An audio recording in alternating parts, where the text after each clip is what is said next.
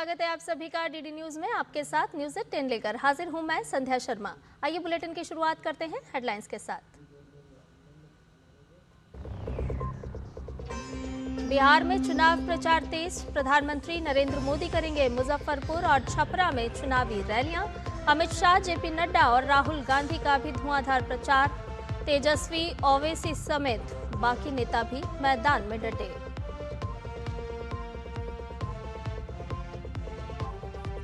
प्रधानमंत्री नरेंद्र मोदी आज से 2 दिन के गुजरात दौरे पर। केवड़िया के एकता नगर में 1140 करोड़ रुपए से अधिक की विकास परियोजनाओं की करेंगे शुरुआत।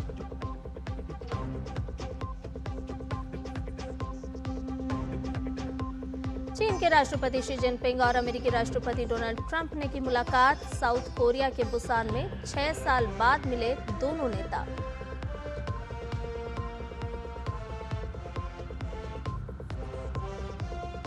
कैरेबियाई सागर से उठे तूफान मेलिसा से जमैका और क्यूबा में भारी तबाही। हैती में 25 लोगों की मौत, 7 लाख से ज्यादा लोगों को सुरक्षित स्थानों पर पहुंचाया गया।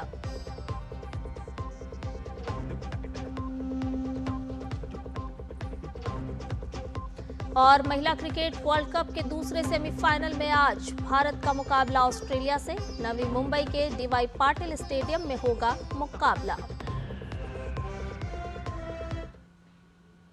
सभी समाचार विस्तार के साथ। बीजेपी के स्टार प्रचारक प्रधानमंत्री नरेंद्र मोदी आज बिहार में फिर चुनावी रैली करेंगे। पीएम मुजफ्फरपुर और छपरा में एनडीए प्रत्याशियों के लिए चुनाव प्रचार करेंगे। वो सुबह 11 बजे मुजफ्फरपुर के मोतीपुर और उसके बाद छपरा में रैली करेंगे। मोतीपुर से तिरहुत चंपारण को साधेंगे प्रधानमंत्री नरेंद्र मोदी। उनकी इस सभा को मुजफ्फरपुर की औराई, मीनापुर, बोचा, मुजफ्फरपुर, बरूराज, कांटी, साहिबगंज और पारू विधानसभा क्षेत्र के मतदाताओं को साधने के तौर पर देखा जा रहा है। इसके बाद पीएम मोदी छपरा सीट पर हुंकार भरेंगे। यहां बीजेपी के नए चेहरे छोटी कुमारी के पक्ष में वो वोट मांगेंगे। आरजेडी के खेसारी लाल भी यहां से पहला चुनाव लड़ रहे हैं।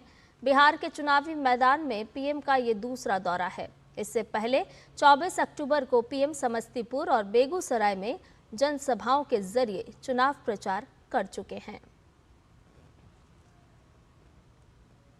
बिहार के मुख्यमंत्री नीतीश कुमार के गृह जिले नालंदा में आज चुनावी पारा बेहद गर्म रहने वाला है। नालंदा में आज गृह मंत्री अमित शाह हुंकार भरेंगे। बिहार में अमित शाह की 3 और जनसभाएं हैं। अमित शाह आज लखीसराय से अपना चुनावी अभियान शुरू करेंगे और उसके बाद मुंगेर के तारापुर में उनकी जनसभा होगी। इसके अलावा अमित शाह पटना के पालीगंज में भी धुआंधार प्रचार करेंगे। भाजपा अध्यक्ष जेपी नड्डा भी नालंदा जिले के नगर नौसा और बेगूसराय जिले के बरौनी में जनसभाओं को संबोधित करेंगे।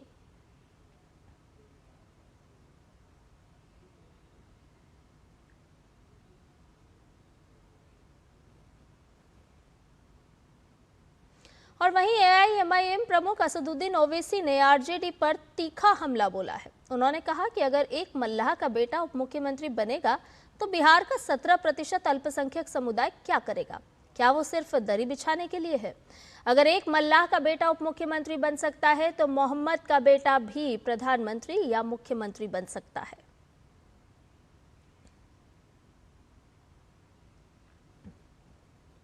तेजस्वी यादव के बगल में बैठकर वीआईपी पार्टी के हमारे मुकेश भाई को मैं सलाम करता हूं।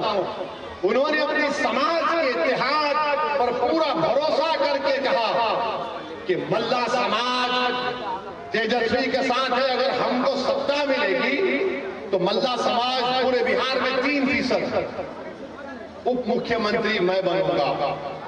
वीआईपी ने कहा कि मल्ला का बेटा उप मुख्यमंत्री बनेगा और जो 17% अल्पसंख्यक समाज बिहार में है वो क्या करेगा? दरी बिछाएगा। अगर मल्ला का बेटा उप मुख्यमंत्री बनेगा तो मोहम्मद का बेटा भी प्रधानमंत्री या फिर मुख्यमंत्री बनेगा। रुक करते हैं अगली खबर का। प्रधानमंत्री नरेंद्र मोदी आज और कल गुजरात के दौरे पर रहेंगे। आज पहले दिन प्रधानमंत्री केवड़िया के एकता नगर जाएंगे। यहां वो ई बसों को हरी झंडी दिखाएंगे और इसके बाद पीएम 1140 करोड़ रुपए से अधिक की विभिन्न इंफ्रास्ट्रक्चर और विकास परियोजनाओं का उद्घाटन और शिलान्यास करेंगे।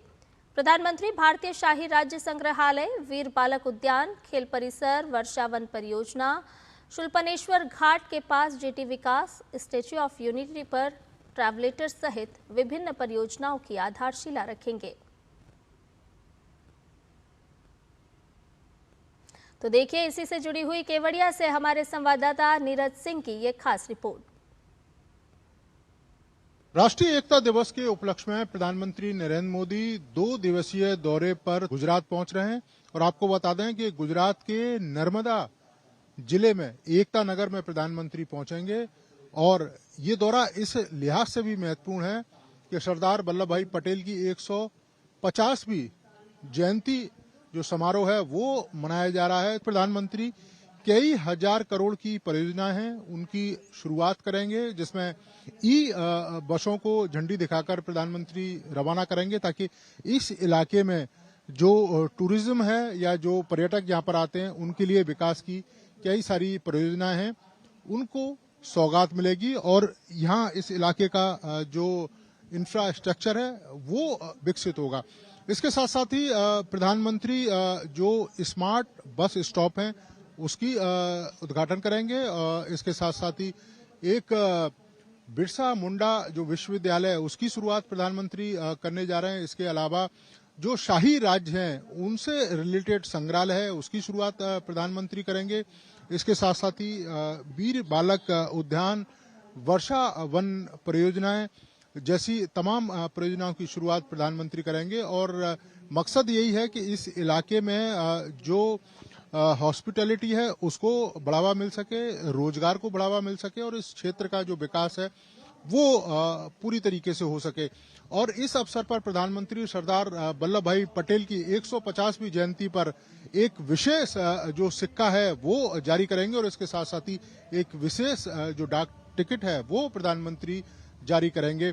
करीब करीब 1200 जो करोड़ है उसकी परियोजनाओं की शुरुआत प्रधानमंत्री इस एकता नगर से करने जा रहे हैं। कैमरामैन मोहित उइके के साथ नीरज सिंह, डीडी न्यूज, एकता नगर।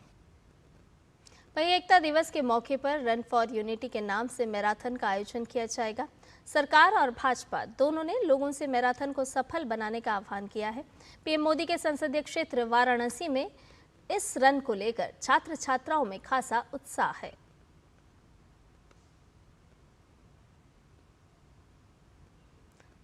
मैं वाराणसी के महात्मा गांधी काशी विद्यापीठ में खड़ा हूं और 31 अक्टूबर यानी सरदार पटेल की जयंती और इस बार तो 150वीं जयंती है जिसको पूरा देश मना रहा है पूरे धूमधाम के साथ। और खास इसमें होगा एक रन फॉर यूनिटी। ऐसा अपील किया गया प्रधानमंत्री की तरफ से कि आप लोग इस दौड़ में भाग लें। चूंकि प्रधानमंत्री का संसदीय क्षेत्र है, युवा और छात्र क्या सोचते हैं इस रन फॉर यूनिटी के बारे में। तो ये मैराथन हम सभी युवाओं के स्वास्थ्य के लिए काफी लाभदायक है। ये जो यूनिटी के लिए बनाया जाने वाला ये जो कार्यक्रम है मोदी जी द्वारा और केंद्र सरकार और राज्य सरकार द्वारा, ये युवाओं में यूनिटी के साथ साथ हमारी स्वास्थ्य और लोगों में जागरूकता का भी एक प्रतीक बनना है। मैं ये कहना चाहूंगी कि रन फॉर यूनिटी इसलिए बहुत जरूरी है क्योंकि आज की जो हमारी बिजी शेड्यूल है उसमें अपने शरीर पर ध्यान देना बहुत ही जरूरी है, इसलिए आप सभी इसका भागीदार जरूर बने। एक मोटो है जिसके थ्रू हम लोग सबको जोड़ भी सकते हैं, जैसा कि मोदी जी का है कि रन फॉर यूनिटी है, तो मैं इससे यहाँ के युवाओं को यही बोलना चाहूंगी कि इसमें ज्यादा से ज्यादा बढ़ चढ़ के इसमें पार्टिसिपेट करें। जो रन फॉर यूनिटी हमारे प्रधानमंत्री जी के द्वारा चलाया जा रहा है, ये युवाओं की हेल्थ और यूनिटी को बढ़ावा देने के लिए चलाया जा रहा है। इसमें ज्यादा से ज्यादा लोग भाग लें ताकि उन्हें एक ही दिन, ये ऐसा दिन होता है कि उस दिन हम अपने स्वास्थ्य पर भी उस चीज को करके स्वास्थ्य पर भी हमने ध्यान दे सकते हैं और उसे अच्छा कर सकते हैं। ये जो युवा हैं, स्टूडेंट हैं, ये पार्टिसिपेट तो करेंगे ही, लोगों से अपील भी कर रहे हैं कि आप इसमें शामिल हों। Camera person doctor Ajay Verma के साथ doctor S Bahadur Singh Gautam, DD news. और उपराष्ट्रपति सीपी राधाकृष्णन ने अपनी तमिलनाडु यात्रा के दौरान रामनाथपुरम में स्वतंत्रता सेनानी और राष्ट्रीय नेता पसुम्पोन मुथुरामलिंग थेवर को श्रद्धांजलि अर्पित की। इस साल पसुम्पोन मुथुरामलिंग थेवर की 118वीं जयंती मनाई जा रही है।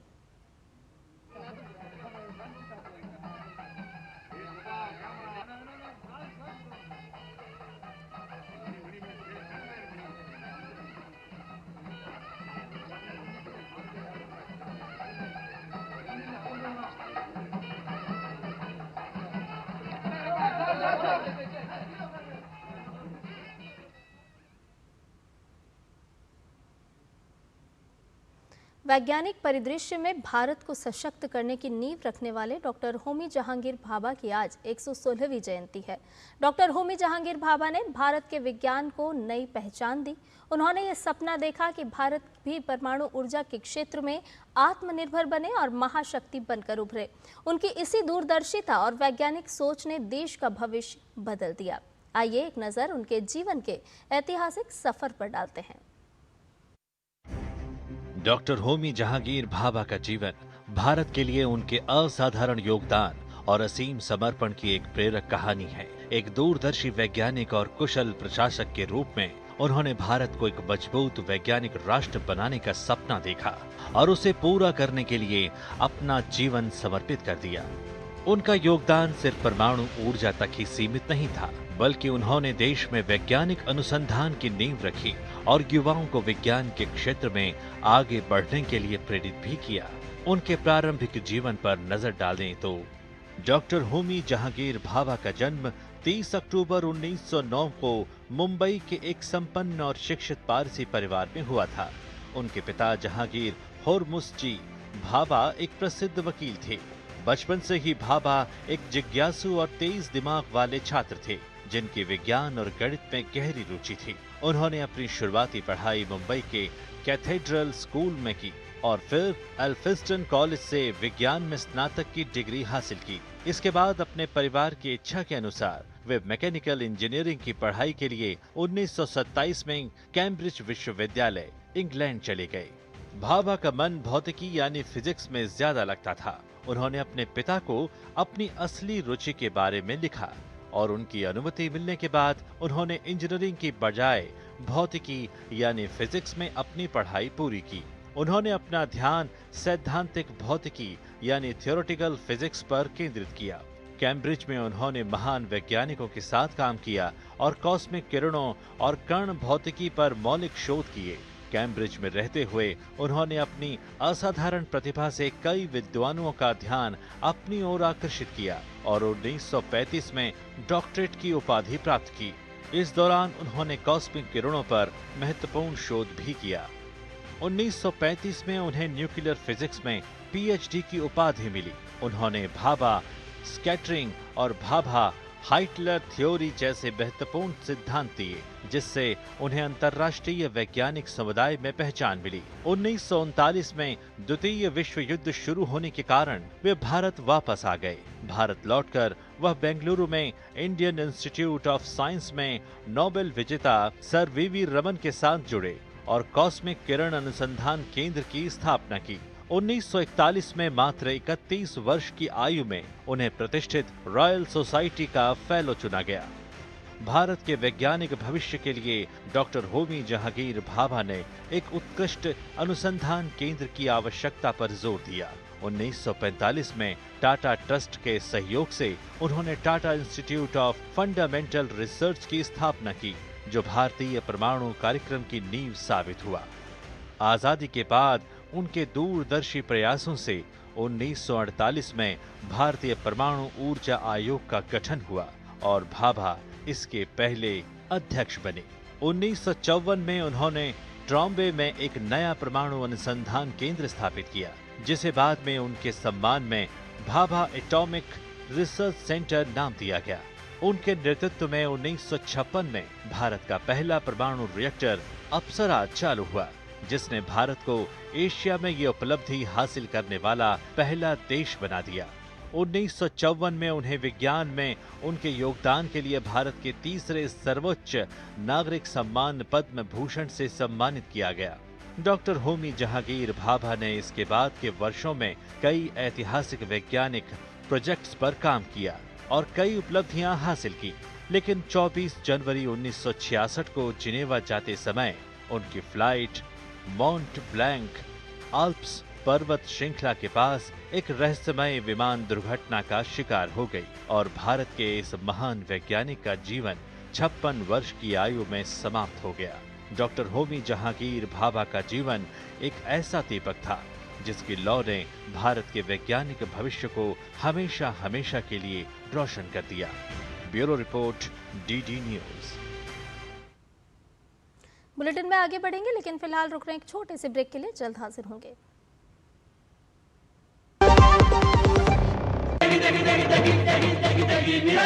MDH की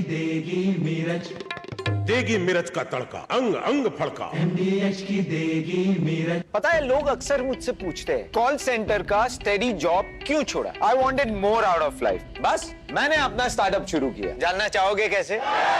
Then start up your own business as an LIC agent. यहाँ सब कुछ है, great products, zero investment, leading organization and unlimited opportunities. तो क्या आप तैयार हैं? LIC एजेंट बनो, अब बड़ा सोचो। हमारी वेबसाइट पर जाएं या अपनी नजदीकी LIC शाखा से संपर्क करें। मेरी पसंद, मेरी पसंद, मेरी पसंद, मेरी पसंद, हमारी पसंद, हम सबकी पसंद। मजबूत देश का मजबूत सरिया हो गया स्टील। दादी के हाथों का जादू और खुशबू से महकता घर। MDH गरम मसाला, असली मसालों से भरा हूँ मैं, क्योंकि हर रिश्ता है स्वाद से जुड़ा। ब्रेक के बाद न्यूज़ 18 में आपका एक बार फिर से स्वागत है। संसदीय कार्य मंत्रालय आज नई दिल्ली में राष्ट्रीय ई विधान एप्लीकेशन पर तीसरा राष्ट्रीय सम्मेलन आयोजित कर रहा है। संसदीय कार्य मंत्री किरेन रिजिजू और संसदीय कार्य राज्य मंत्री डॉक्टर एल मुरुगन इसमें शामिल होंगे। सम्मेलन में 100 से ज्यादा प्रतिभागी भाग लेंगे, जिनमें संबंधित राज्यों की विधानसभाओं के सचिव और नोडल विभागों के सचिव शामिल होंगे। नेवा भारत सरकार के डिजिटल इंडिया कार्यक्रम के अंतर्गत 44 मिशन मोड परियोजनाओं में से एक है। इसका उद्देश्य सभी राज्य विधानमंडलों के कामकाज को कागज रहित बनाना, उन्हें डिजिटल सदनों में बदलना और एक राष्ट्र एक अनुप्रयोग के दृष्टिकोण के तहत सभी 37 विधानमंडलों को एक ही डिजिटल प्लेटफॉर्म पर एकीकृत करना है। ये सम्मेलन राज्यों और केंद्र शासित प्रदेशों में नेवा कार्यान्वयन की प्रगति की समीक्षा करने, सर्वोत्तम प्रथाओं को साझा करने और नेवा मंच पर शेष सभी विधानसभाओं को शामिल करने के लिए परिचालन और तकनीकी मुद्दों को हल करने के लिए एक महत्वपूर्ण मंच प्रदान करेगा। भारत ने ऊर्जा के क्षेत्र में लगातार 2 ऐतिहासिक उपलब्धियां दर्ज की है। पहला, कुल ऊर्जा उत्पादन में 500 गीगावाट का आंकड़ा पार कर लिया और दूसरा, नवीकरणीय ऊर्जा उत्पादन में कुल मांग का 50% उत्पादन क्षमता हासिल कर ली। इसके बाद सितंबर 2025 तक भारत की कुल विद्युत स्थापित क्षमता 500.89 गीगावाट पहुंच गई। कुल ऊर्जा उत्पादन में गैर जीवाश्म ईंधन जैसे सौर, पवन, जल, परमाणु की हिस्सेदारी 256.09 गीगावाट और जीवाश्म आधारित स्रोतों की हिस्सेदारी 244.80 गीगावाट है। वहीं 29 जुलाई 2025 को देश की कुल बिजली मांग का 51.5% हिस्सा रिन्यूएबल एनर्जी से पूरा हुआ। ऐसा पहली बार हुआ जब एक ही दिन में भारत की आधी से ज्यादा बिजली हरित स्रोतों से आई। वित्त वर्ष 2025-26 में नॉन फॉसिल स्रोतों से 28 गीगावाट नई क्षमताएं जुड़ी, जबकि फॉसिल फ्यूल से केवल 5.1 गीगावाट। वर्ष 2030 तक कुल विद्युत क्षमता का 50% गैर जीवाश्म ईंधन स्रोतों से प्राप्त करने के लक्ष्य को भारत ने 5 वर्ष पहले ही हासिल कर लिया है। ये भारत के अपने प्रमुख COP26 पंचामृत लक्ष्यों में से एक है। ये सफलता स्वच्छ ऊर्जा परिवर्तन में भारत की नेतृत्व क्षमता को दर्शाती है, जिसे बिजली ग्रिड को स्थिर और विश्वसनीय बनाए रखते हुए प्राप्त किया गया है। इससे ऊर्जा क्षेत्र में रोजगार, निर्माण और तकनीक के नए अवसर खुल रहे हैं। सेवानिवृत्त मेजर जनरल GD बख्शी ने ऑपरेशन सिंदूर पर एक किताब लिखी है। किताब का शीर्षक है the 5th India Pakistan war, operation Sindoor and open source analysis. पुस्तक 5वें भारत पाकिस्तान युद्ध के दौरान भारतीय सेना की कार्रवाई, विशेष रूप से ऑपरेशन सिंदूर पर केंद्रित है, जो भारत की तीनों सेनाओं यानी कि थल सेना, नौसेना और वायुसेना के समन्वय पर केंद्रित है।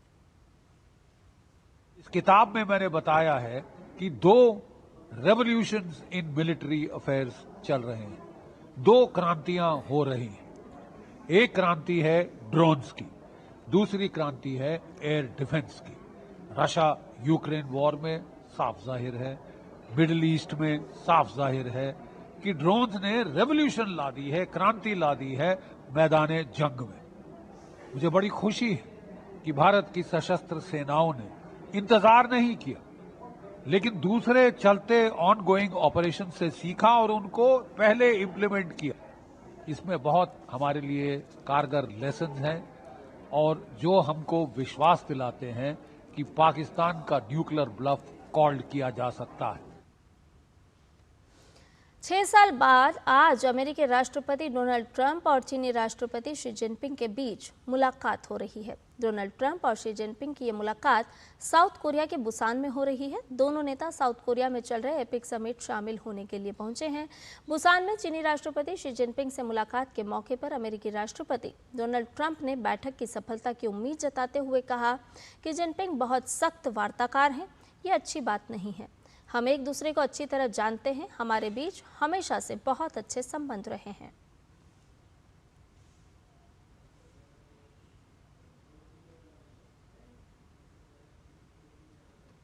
We're going to have a very successful meeting, I have no doubt. But he's a very tough negotiator. That's not good. We know each other well. We have a great relationship. We've always had a great relationship. कैरिबियाई सागर से उठा तूफान Melissa बहुत तेजी से बढ़कर सबसे खतरनाक श्रेणी का चक्रवात बन गया है। 2025 का अब तक का सबसे शक्तिशाली चक्रवात मेलिसा ने इस समय हैती और जमैका में तबाही मचा रखी है। क्यूबा में भी भयंकर तबाही हुई है। हैती में इस चक्रवात के कारण 25 लोगों की मौत हो चुकी है। हैती प्रशासन ने करीब 7 लाख से ज़्यादा लोगों को सुरक्षित स्थानों पर पहुंचाया है।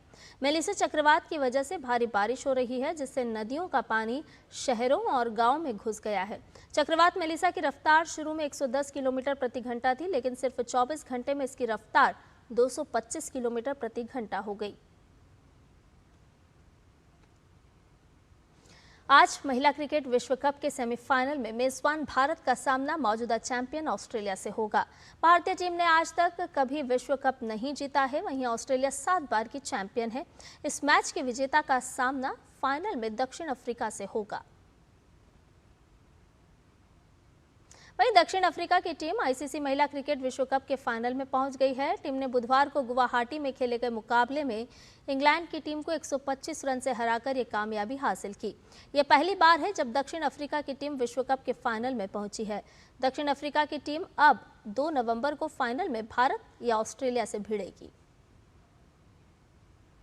रुक करते हैं अगली खबर का। नई दिल्ली के जवाहरलाल नेहरू स्टेडियम में पेफी स्टेट एथलेटिक्स मीट 2025 की शुरुआत हो चुकी है। Physical education foundation of India के सचिव पीयूष जैन का कहना है कि पेफी जमीनी स्तर पर खिलाड़ियों को प्रोत्साहित करने के लिए हर तरह के प्रयास कर रहा है। उन्होंने कहा कि इसी कड़ी में दिल्ली के JLN स्टेडियम में स्टेट एथलेटिक्स चैंपियनशिप का आयोजन किया गया, जो कि युवा खिलाड़ियों के लिए एक अनोखा अनुभव है। जमीनी स्तर पर खेलों को बढ़ावा देने और खिलाड़ियों को उच्च स्तर का अनुभव देने के उद्देश्य से पेफी द्वारा दिल्ली के जवाहरलाल नेहरू स्टेडियम में स्टेट एथलेटिक्स चैंपियनशिप का आयोजन किया जा रहा है। इस वक्त मेरे साथ पेफी के सचिव मौजूद हैं पीयूष जैन, जिनसे बात करेंगे। पेफी स्टेट एथलेटिक्स चैंपियनशिप की शुरुआत के पीछे क्या योजना रही और क्या कुछ उद्देश्य है आप लोगों का इस चैंपियनशिप को आयोजित कराने को लेकर? पेफी ग्रास रूट पर काम करना चाहती थी और ग्रास रूट पर काम करने में सबसे ज़्यादा जो चीज़ हमें हमेशा लगती थी कि हम एथलेटिक्स को प्रमोट करें, और उसी प्रमोशन में हमने पाया कि दिल्ली में बहुत कम इस तरह की मीट होती हैं जिनमें बच्चा डायरेक्टली पार्टिसिपेट कर सके। हम लोग बहुत टाइम से चीज़ देख रहे थे कि कैसे भी हम एक एथलेटिक मीट का आयोजन करें, और मुझे खुशी इस बात की है कि इस स्टेडियम को आप देखें कि पहली बार वर्ल्ड पैरा एथलेटिक चैंपियनशिप के बाद पहली बार कोई इवेंट यहाँ पर हो रहा है, मोंडो ट्रैक पर हो रहा है, और उन बच्चों के सपनों को उड़ान मिल रही है जिन बच्चों ने कभी जवाहरलाल नेहरू स्टेडियम नहीं देखा था। मोंडो ट्रैक जो कि अंतर्राष्ट्रीय लेवल का ट्रैक है, इस पर खेलना इनके खेल के लिए इनके एक्सपीरियंस को किस तरह से बढ़ावा देगा? देखिए, निश्चित रूप से एक गली मोहल्ले का खिलाड़ी, एक स्कूल का एथलीट जब जवाहरलाल नेहरू स्टेडियम के मोंडो ट्रैक पर अपनी परफॉर्मेंस देगा तो उसके अंदर कितना उत्साह होगा, कितना उसके अंदर उमंग होगी इस बात की कि मैं देश के सबसे अच्छी प्रीमाइसेस पर भाग रहा हूं, तो निश्चित रूप से उसकी परफॉर्मेंस बढ़ेगी। दूसरा चाहिए मैं कोच, और तीसरा चाहिए उनको एक्सपोजर इंटरनेशनल। तो इंफ्रास्ट्रक्चर सरकार दे रही है, मोंडो ट्रैक दे दिया। अब वो बच्चे जो ट्रेंड होके यहाँ आए हुए हैं या अनट्रेंड भी बच्चे हैं, तो वो जब यहाँ आएंगे तो उनके अंदर एक नई उत्साह रहेगा, नया उमंग रहेगी, और वो निश्चित रूप से इससे प्रेरणा लेकर जाएंगे भविष्य में और अच्छा प्रदर्शन करेंगे। आगे क्या योजना है कि खिलाड़ी ज़्यादा से ज़्यादा जुड़े पेफी से? इस तरह के आयोजन हम पूरे देश में करना चाहते हैं कि हर जगह एथलेटिक मीट हो और ये फीडर हो। हमारे प्लेयर्स के लिए, हमारी फेडरेशन के लिए कि भाई यहाँ से अच्छे बच्चे आपको दिखें तो आप उनको टाई अप करें, उनको आगे लेके जाएं और देश के लिए वो लोग नाम रोशन करें। तो पैफी की योजना यह है कि हम इस तरह के टूर्नामेंट पूरे देश में करें पैफी गेम्स के अंतर्गत, और इन बच्चों में से जो अच्छे बच्चे। और इस समय गृह मंत्री अमित शाह एक महत्वपूर्ण प्रेस वार्ता कर रहे हैं, आइए सीधा रुख करते हैं। वैसे तो बिहार में चुनावी माहौल है, परंतु आज मैंने श्रद्धेय सरदार पटेल की 150वीं जयंती के उपलक्ष्य में एकता नगर केवड़िया कॉलोनी में जो भव्य परेड का आयोजन हो रहा है उसकी इंफॉर्मेशन देने के लिए आप लोगों को निमंत्रित किया है। हम सभी जानते हैं कि सरदार पटेल साहब का आजादी के बाद देश को एक करने में, आज के भारत के निर्माण में और एक भारत बनाने में कितना बड़ा योगदान है। सरदार पटेल जी की 150वीं जयंती कल है। वैसे तो हर 31 अक्टूबर को 2014 से प्रधानमंत्री जी केवड़िया कॉलोनी जाते हैं और सरदार साहब की भव्य प्रतिमा के सामने एक परेड का आयोजन होता है। परंतु चूंकि ये 150वीं जयंती है, इस बार विशेष आयोजन किया गया है और गृह मंत्रालय ने यह भी तय किया है कि आज के बाद हर 31 अक्टूबर को इसी प्रकार की भव्य परेड का आयोजन होगा। परेड देश की एकता और अखंडता को सुनिश्चित करने के लिए जो सभी सेंट्रल पैरामिलिट्री फोर्सेस हैं और हर राज्य की पुलिस बल है, उनके सम्मान में आयोजित किया जाता है। और वो सरदार पटेल जो देश की एकता और अखंडता की प्रतिमूर्ति है, उनकी प्रतिमा के सामने आयोजित होगा। इस बार रन फॉर यूनिटी को भी बड़े स्तर पर आयोजित करने का निर्णय लिया गया है। देश के सभी राज्य, केंद्र शासित प्रदेश, जिला, पुलिस स्टेशन, सभी स्कूल्स और यूनिवर्सिटी में रन फॉर यूनिटी का आयोजन हुआ है। उसके बाद देश का प्रत्येक नागरिक देश की एकता और अखंडता के लिए शपथ लेने का भी कार्यक्रम आयोजित किया गया है। इस बार विशेष 150वीं जयंती के उपलक्ष्य में एक भारत पर्व का आयोजन एकता नगर में किया है, जो 1 नवंबर से 15 नवंबर भगवान बिरसा मुंडा की जयंती तक चलेगा। और 15 नवंबर को जनजाति संस्कृति और उनके सांस्कृतिक कार्यक्रमों की एक भव्य कार्यक्रम के साथ इसका समापन होगा, जिसमें देश भर की जनजातियों के सांस्कृतिक विविधताएं, खाद्य परंपराएं, पोशाक की परंपराएं, शिल्पकला, लोक कला और संगीत का एक अद्भुत समन्वय बनाया जाएगा। हम सब जानते हैं सरदार पटेल हमारे देश के लिए एक व्यक्ति नहीं, एक विचारधारा है, एक पूर्ण देश को समर्पित व्यक्तित्व, जिसने आजादी के आंदोलन में न केवल एक प्रमुख सेनानी के रूप में भूमिका निभाई, गांधी जी के साथ रहकर आजादी के आंदोलन की संगठनात्मक रीढ़ की हड्डी सरदार पटेल बने थे। बारडोली सत्याग्रह 1928 का अंग्रेजों के खिलाफ किसानों के शोषण के लिए किया गया और वहीं से महात्मा ने स्वयं उनको सरदार की उपाधि दी। जब देश को आजादी मिली तब स्वतंत्रता के बाद अंग्रेजों ने देश को 562 अलग अलग रियासतों में बांटकर जाने का फैसला किया। पूरी दुनिया मान रही थी और देश में भी कई लोगों के मन में सवाल था कि 562 रियासतें एक होकर एक भारत कैसे बनेगा। परंतु कुछ ही समय में एक दृष्टि से कार्य पर दृष्टिपात कर देखे तो बहुत कम समय में 562 रियासतों को एकीकृत करने का भगीरथ कार्य सरदार पटेल ने समाप्त किया और आज भारत का जो मानचित्र हमारे सामने है वो मानचित्र सरदार पटेल की ही देन है। हैदराबाद में पुलिस एक्शन, जूनागढ़ का एकीकरण, इस सभी चीजों को कहीं कुने से, कहीं दृढ़ता से और कहीं व्रज से भी ज्यादा कठोरता से एक एक कर रिजॉल्व करने का काम किया। भोपाल हो, काठियावाड़ की रियासतें हो, त्रावणकोर हो या जोधपुर हो, हर जगह पे जो समस्या आई इसका निवारण सरदार पटेल ने किया और पाकिस्तान का जो प्रयास था पाकिस्तान कॉरिडोर बनाने का, उसको निरस्त करने का काम किया। किसी भी प्रकार की प्रचार की अपेक्षा के बगैर, किसी भी प्रकार के यश के अपेक्षा के बगैर देश के लिए जीवन कैसे जिया जाता है उसका उत्कृष्ट उदाहरण सरदार पटेल थे।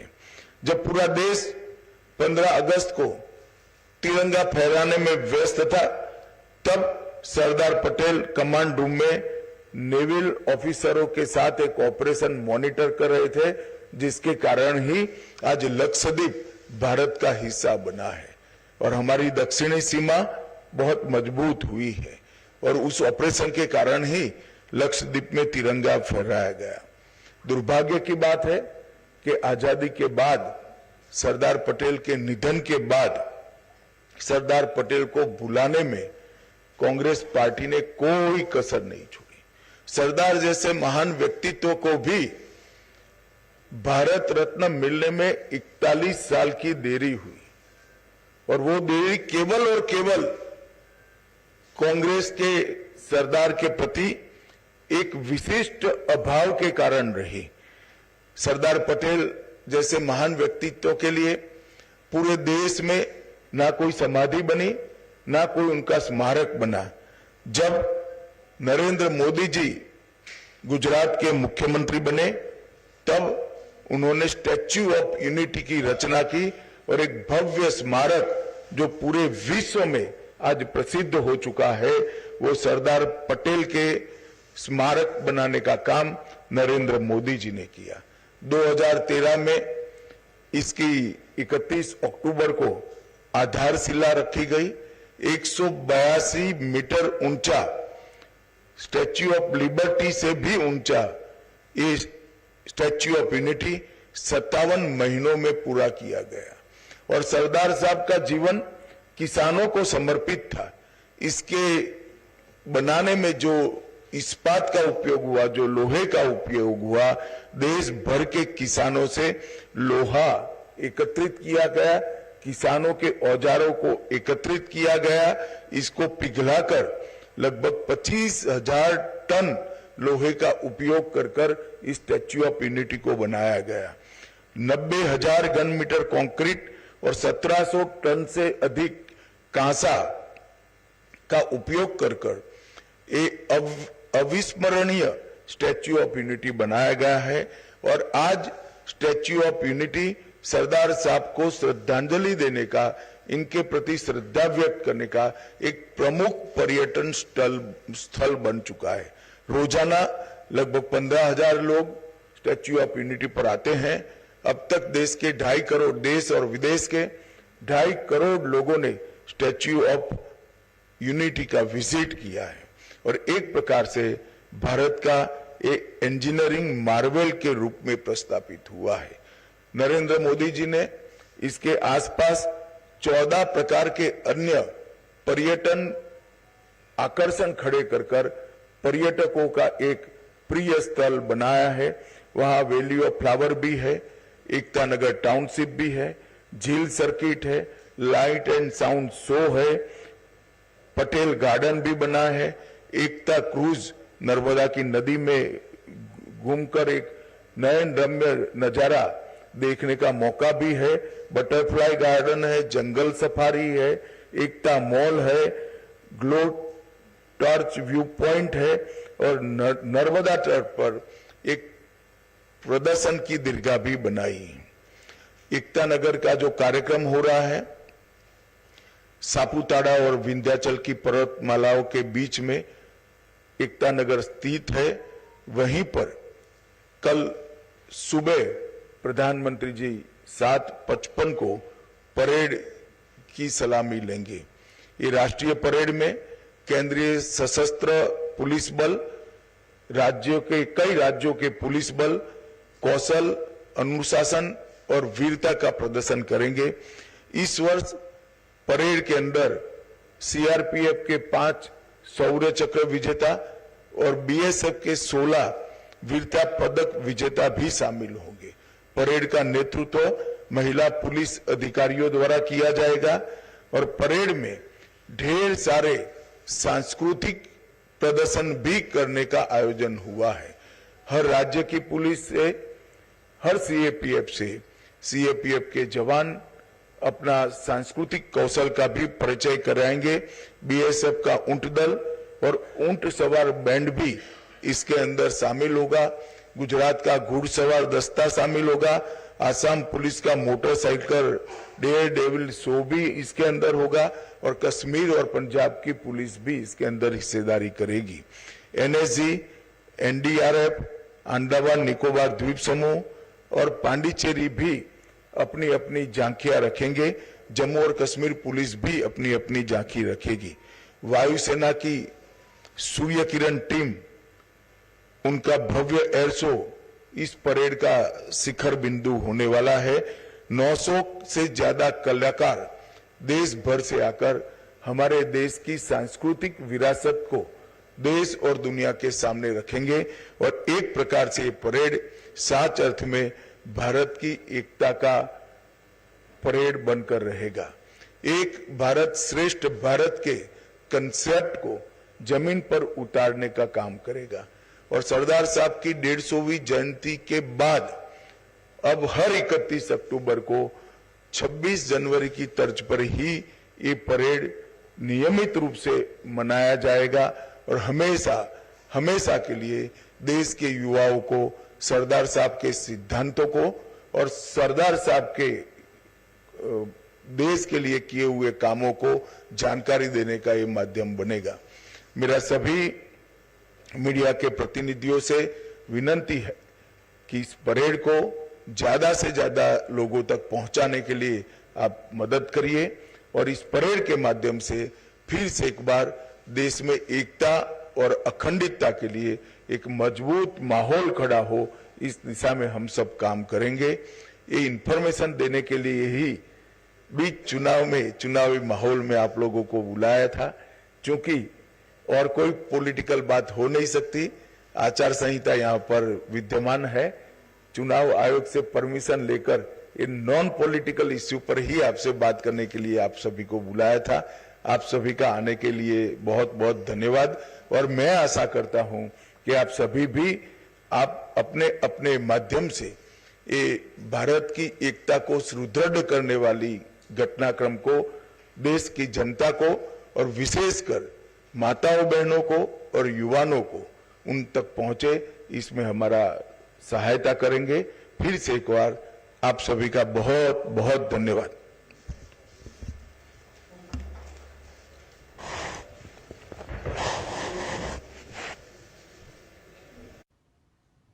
तो तो सरदार वल्लभ भाई पटेल की 150वीं जयंती के मौके पर राष्ट्रीय एकता दिवस 2025 भव्य समारोह के तौर पर मनाया जाएगा, जिसकी जानकारी दे रहे थे गृह मंत्री अमित शाह। उन्होंने साफ तौर पर कई बड़ी बातों का जिक्र किया। उन्होंने बताया कि किस तरह से लौह पुरुष सरदार वल्लभ भाई पटेल ने स्वतंत्रता सेनानी के रूप में अविस्मरणीय भूमिका निभाई। उन्होंने बताया कि बापू के साथ उन्होंने किस तरह से रीढ़ की हड्डी बनकर के लगातार काम किया और एक ऐसी विचारधारा देश के सामने प्रस्तुत की जिसको लेकर के आज भारत लगातार आगे बढ़ रहा है। उन्होंने बताया कि किस तरह से राष्ट्रीय एकता दिवस समारोह का आयोजन किया जाएगा और यह आयोजन हर साल 31 अक्टूबर को अब आयोजित होगा। जिस तरह से हम 26 जनवरी का परेड समारोह भव्य स्तर पर मनाते हैं, उसी तरह से सरदार वल्लभ भाई पटेल को भी याद किया जाएगा और 31 अक्टूबर को हर साल भव्यता के साथ ये कार्यक्रम का आयोजन होगा। प्रधानमंत्री नरेंद्र मोदी केवड़िया में इस कार्यक्रम में शिरकत करने वाले हैं। उन्होंने रन फॉर यूनिटी का भी जिक्र किया। उन्होंने कहा कि किस तरह से रन फॉर यूनिटी को वृहद स्तर पर मनाया जाएगा, जिसमें स्कूली छात्र हो, प्रोफेसर्स हो, समाज के विभिन्न वर्ग हो,